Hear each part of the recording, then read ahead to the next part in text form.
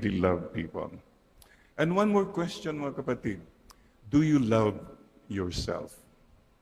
Do you really, truly love yourself?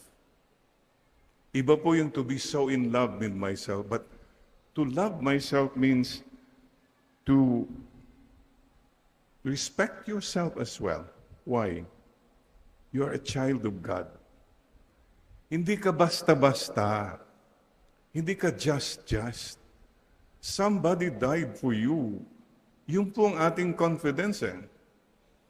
You have so low self-esteem many times, and you want to be filled with worldly things to make you feel good. That is not your worth. Your money, your power, your beauty, that's not your worth. The real worth of each one of us is, Jesus died for me. I am loved by God. And that is enough. Hindi na kailangan na mabusog ka kung ano sa mundong ito para lang may feeling ka na, I'm a worthy person. You are loved